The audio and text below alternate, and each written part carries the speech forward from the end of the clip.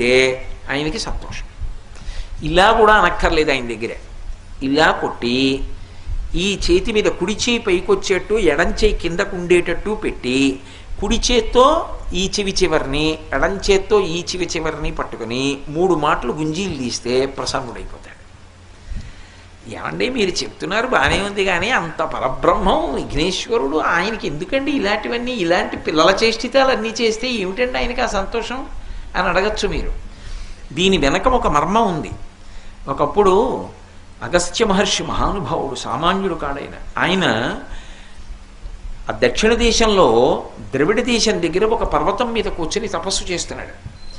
ద్రవిడ దేశం వాళ్ళకి కావేరీ నదే ప్రధానమైనటువంటి నది, మిగిలినవి ఎక్కువ నదులు లేవు. వాళ్ళందరూ కూడా కావేరీ నది మీద ఆధారపడతారు ఎక్కువగా. అప్పటికి కావేరీ నది లేదు, వాళ్ళకి నీళ్లు లేక ఇబ్బంది పడుతున్నారు. ఇప్పటికీ మీరు చూడండి, అందుకే